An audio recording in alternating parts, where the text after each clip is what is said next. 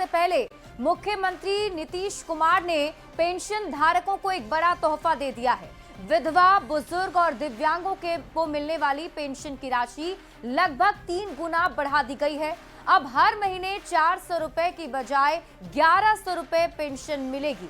इससे राज्य के 42.60 लाख से ज्यादा बुजुर्गों को फायदा होगा। पेंशन राशि बढ़ाने की मांग लंबे समय से चल रही थी, जिस पर अब बिहार के वित्त विभाग ने मुहर लगा दी है। सीएम नीतीश कुमार ने सोशल मीडिया हैंडल एक्स पर लिखा कि मुझे ये बताते हुए खुशी हो रही है कि सामाजिक सुरक्षा पेंशन योजना के तहत विधवा महिलाओं, वृद्धजनों और दिव्यांगजनों को अब हर महीने 400 रुपए की जगह 1100 रुपए पेंशन मिलेगी।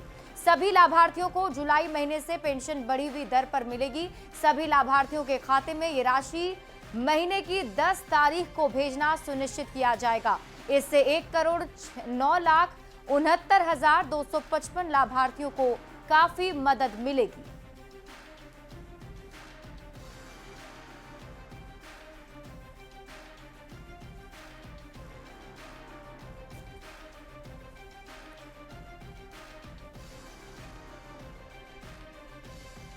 तो सामाजिक सुरक्षा पेंशन योजना में बड़ा बदलाव किया गया है। विधवा महिलाओं, वृद्धजनों और दिव्यांगजनों को अब एक बड़ी सौगात सरकार ने दी है, जिसके तहत हर महीने जो पहले 400 रुपए पेंशन की राशि मिलती थी, अब 1100 रुपए पेंशन की राशि मिलने वाली है और सभी लाभार्थियों को जुलाई से बढ़ी हुई दर पर पेंशन मिलना शुरू भी हो जाएगा। सीएम नीतीश कुमार के निर्देश पर यह पेंशन राशि बढ़ा दी गई है और इसका ऐलान आज मुख्यमंत्री नीतीश कुमार ने खुद ही सोशल मीडिया साइट एक्स पर पोस्ट करके किया है।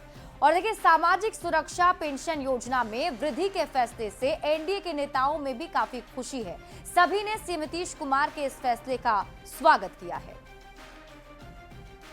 पेंशन का जो 400 रुपये मिलता था, अब 1100 रुपये मिलेगा। मुख्यमंत्री जी का घोषणा महिला संवाद के तहत लोगों के मांगों को पूरा किया गया है बिहार सरकार के द्वारा।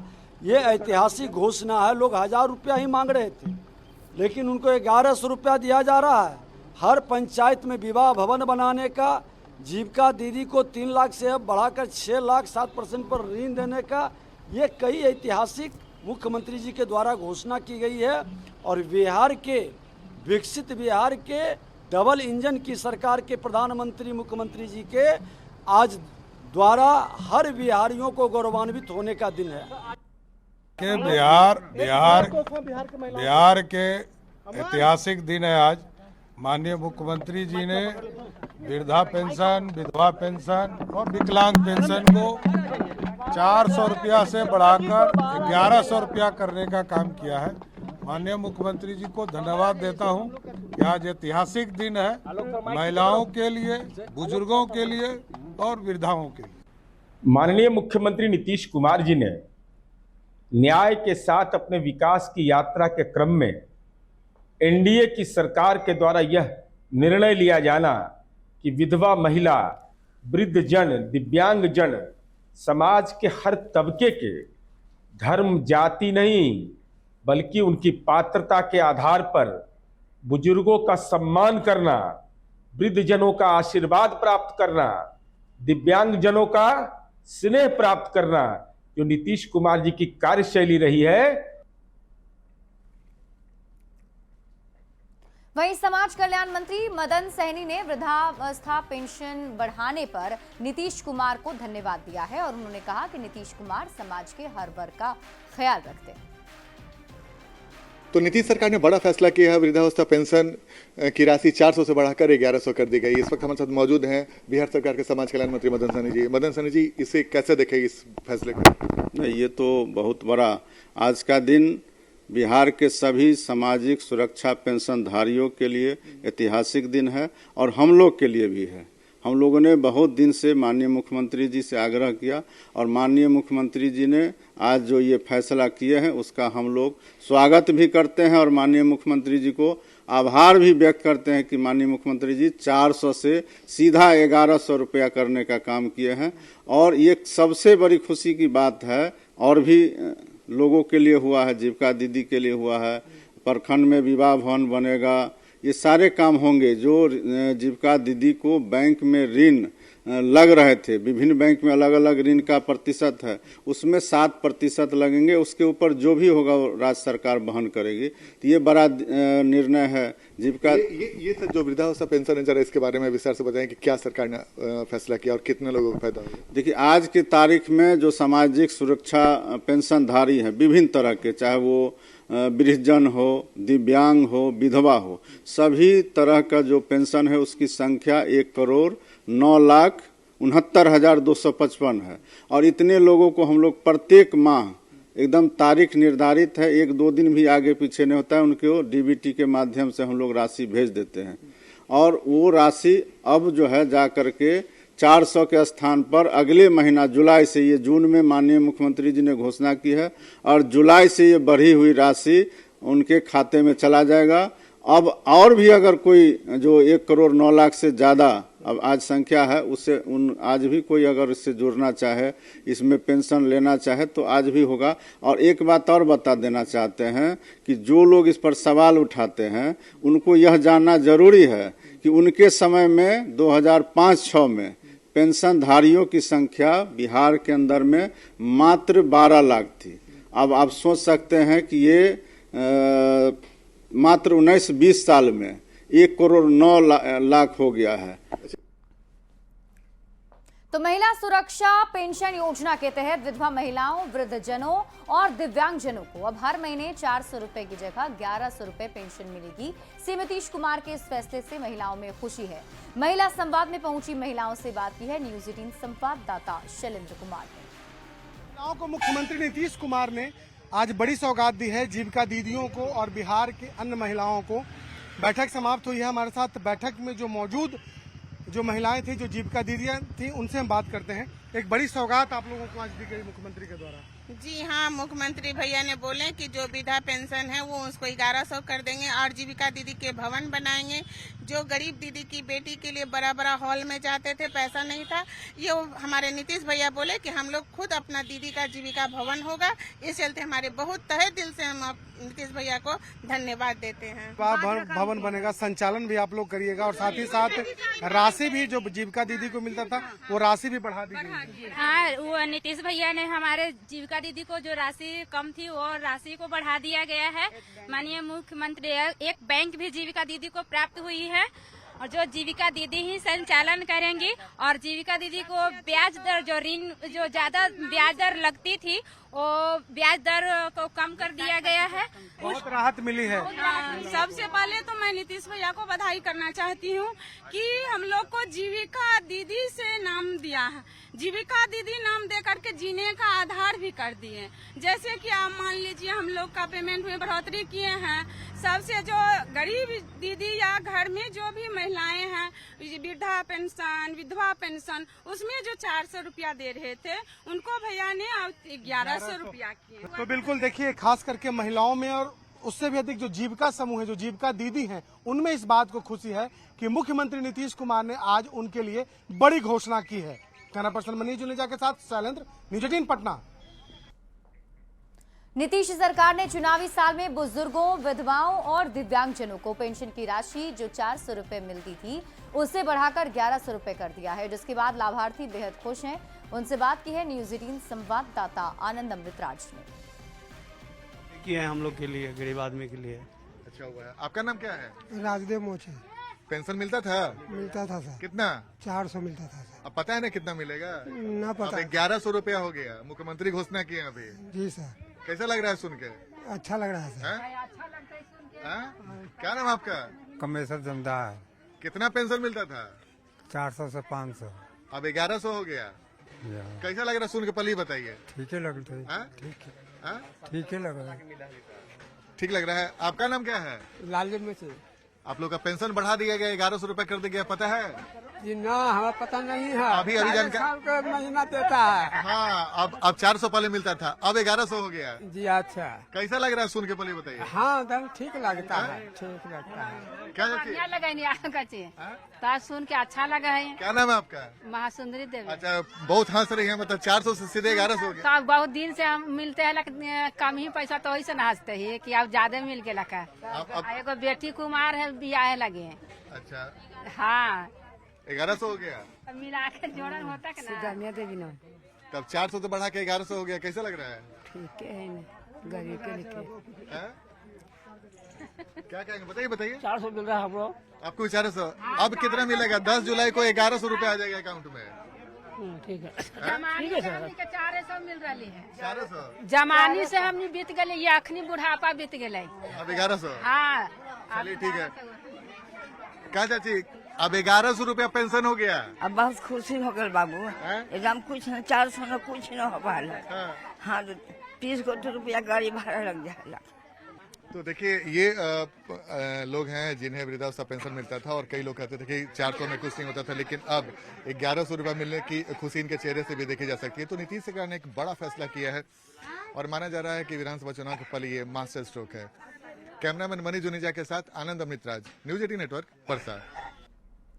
देखिए, बिहार की सियासी लड़ाई पोस्टरबाजी पर आई हुई है और पहले वीरचंद पटेल मार्ग, जहां बीजेपी का दफ्तर है, वहां एक पोस्टर लगाया गया जिसमें लालू प्रसाद और तेजस्वी यादव की तस्वीर के साथ लिखा था, मेरा बाप चोर है। अब उसी पोस्टर के जवाब में आरजेडी ऑफिस के पास भी पोस्टर लगाया गया जिसमें एनडीए पर परिवारवाद का आरोप लगाया गया है।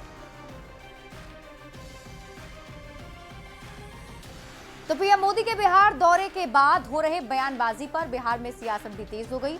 आरजेडी ने पीएम मोदी के लिए पॉकेट मार शब्द का इस्तेमाल किया था, तो बीजेपी ने चारा चोर का आरोप लगाया था।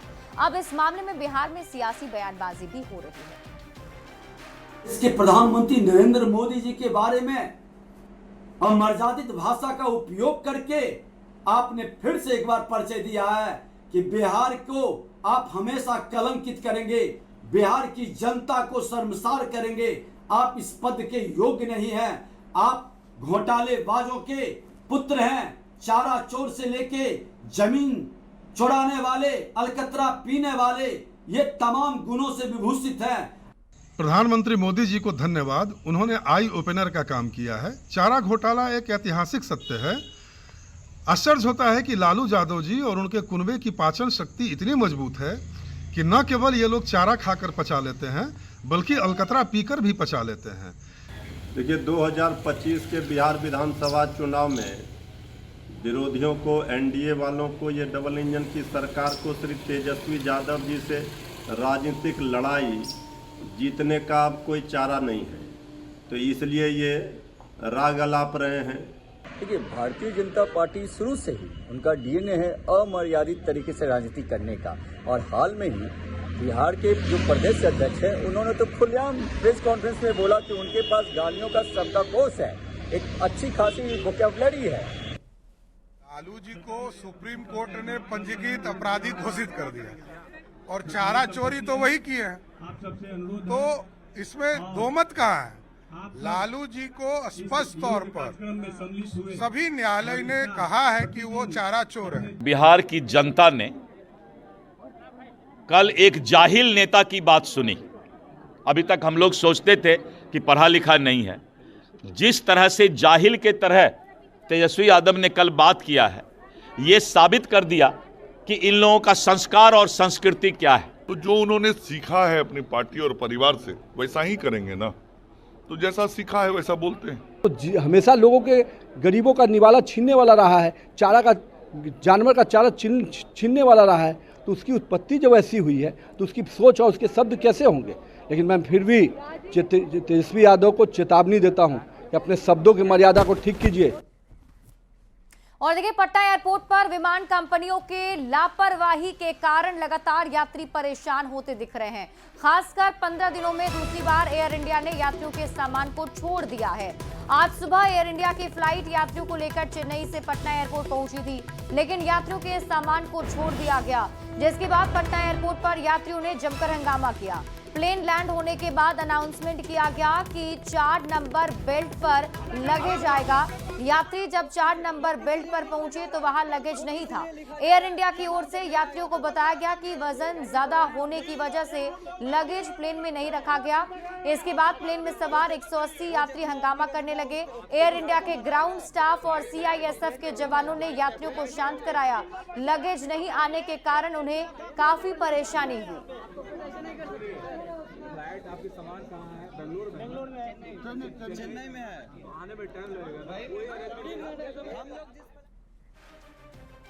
और इस बीच रुख कर लेते हैं बड़ी खबर की ओर और इस वक्त की बड़ी खबर आपको बता देते हैं। राज्यसभा सांसद उपेंद्र कुशवाहा को धमकी देने के मामले से जुड़ी बड़ी खबर सामने आ रही है। धमकी देने वाला सिवान से गिरफ्तार कर लिया गया है। आरोपी का नाम राकेश कुमार है। पहले उपेंद्र कुशवाहा की ही पार्टी में राकेश लॉरेंस बिश्नोई के नाम से इसने धमकी दी थी और पहले ये उपेंद्र कुशवाहा की पार्टी में ही था। तो बड़ी खबर आपको बता रहे हैं, दरअसल उपेंद्र कुशवाहा को फोन कॉल करके लॉरेंस बिश्नोई के नाम से धमकी दी गई थी और अब पुलिस की टीम ने सिवान से उसे गिरफ्तार कर लिया है। न्यूज़ 18 संवाददाता संजय कुमार अधिक जानकारी के साथ जुड़ गए। संजय, और क्या अपडेट, क्या जानकारी मिल पा रही है राकेश के बारे में? देखिए, बिल्कुल ये एनडीए जो उपेंद्र कुशवाहा की पार्टी है उसी का ये मेंबर था और मूल रूप से सिवान का रहने वाला था। पटना एसएसपी ने इस पूरे मामले का खुलासा किया है और उन्होंने बताया है कि उसे इस बात का अंदेशा था कि वो एनडीए से अलग हो सकते हैं अपनी पार्टी को लेकर, इसलिए उन्होंने उसमें धमकी दी थी और इसके बाद 3 अलग अलग फोन नंबरों से धमकी आई थी। तो जो सोशल मीडिया पर बात आई थी उसके बाद पुलिस ने इस पूरे मामले का इन्वेस्टिगेशन किया और आखिरकार उसकी आज गिरफ्तारी जो है वो हो पाई है। पुलिस उससे पूछताछ में लगी है, उसका क्या बैकग्राउंड रहा है, क्या किसी क्रिमिनल बैकग्राउंड में पहले भी उसका इन्वॉल्वमेंट रहा है। दुबई में वो काम कर चुका है इसके पहले और लगातार कई सालों से उपेंद्र कुशवाहा से जुड़ा हुआ था। तो इस बात का खुलासा पटना पुलिस ने कर दिया है और उन्होंने बताया कि धमकी देने का मकसद केवल उन्हें डराना था, कोई उनको हर्ट करना नहीं था फिजिकली। और निश्चित तौर पर जो एक अंदेशा था वो अंदेशा दूर हो गया और जो आरोपी है उसकी सिवान से अरेस्टिंग हो गई। जी संजय, क्या उपेंद्र कुशवाहा की तरफ से कोई प्रतिक्रिया आई अब तक इस पर? देखिए, अभी से थोड़ी देर पहले पुलिस ने उसको अरेस्ट किया और खुलासा हो गया इस पूरे मामले का। जाहिर सी बात है इस पूरे मामले में उपेंद्र कुशवाहा की भी प्रतिक्रिया सामने आएगी क्योंकि पटना एसएसपी ने खुद इस पूरे मामले का खुलासा किया है और उपेंद्र कुशवाहा को जानकारी दे दी गई है और चूंकि उन्हीं की पार्टी का वो मेंबर था और सक्रिय सदस्य रहा था, तो देखना होगा उनके संजय, आप इस खबर पर नजर बनाकर रखिए। शुक्रिया इस अपडेट के लिए। और भागलपुर से आपको एक बड़ी खबर बताते हैं जहां जेएलएनएमसी के जनरेटर में आग लग गई और आग लगने के कुछ ही देर के बाद मौके पर अफरा तफरी का माहौल बन गया। सुरक्षा कर्मी ने आग पर काबू पाया है। फायर सेफ्टी सिलेंडर से आग बुझाई गई। शॉर्ट सर्किट से आग लगने की आशंका जताई जा रही है। जेएलएनएमसी के जनरेटर में भीषण आग लग गई। जानकारी के मुताबिक जैसे ही आग लगी मौके पर हड़कंप मच गया।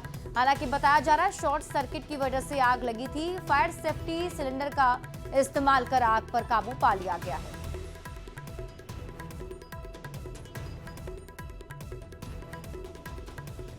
गया जी में पहली बार 3 दिवसीय श्री विद्या त्रिकोटि कुमकुमार्चन महायज्ञ शुरू हुआ जिसमें भारी संख्या में महिलाएं शामिल हुई। इस महायज्ञ में मंत्री डॉक्टर प्रेम कुमार भी शामिल हुए। बता दें कि गया जी के धर्म सभा भवन में 3 दिवसीय श्री विद्या त्रिकोटि कुमकुमार्चन महायज्ञ की शुरुआत हुई है और इस आयोजन में 3 दिनों तक 3 करोड़ बार श्री ललिता सहस्त्र नाम के मंत्रों का पाठ सुहासिनी महिलाओं की ओर से किया जा रहा है और श्री यंत्र पर कुमकुम से अर्चन किया जा रहा है। वहीं आज 2 पालियों में 1000 से ज्यादा महिलाओं ने 1 करोड़ बार कुमकुम से श्री यंत्र पर अर्चना की है। बता दें कि श्री विद्या त्रिकोटि कुमकुमार चंद महायज्ञ स्वामी संरक्षक स्वामी अभिषेक ब्रह्मचारी जी महाराज के नेतृत्व में किया जा रहा है। वहीं इसको लेकर मंत्री डॉक्टर प्रेम कुमार ने कहा कि इस महायज्ञ में देश के कोने कोने से माताएं बहनें आई हैं और ऐसे वक्त में आई हैं जब सनातन धर्म के लोग तोड़ने में लगे हुए हैं। सनातन धर्म को एकजुट करना ये आयोजन काफी सफल हो रहा है।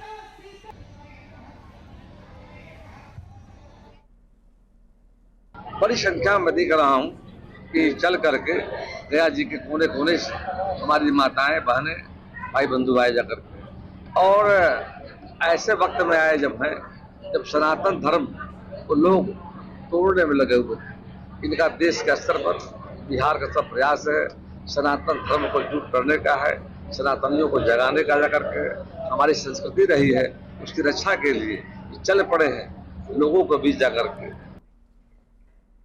और इसी के साथ इस बुलेटिन में अभी के लिए बस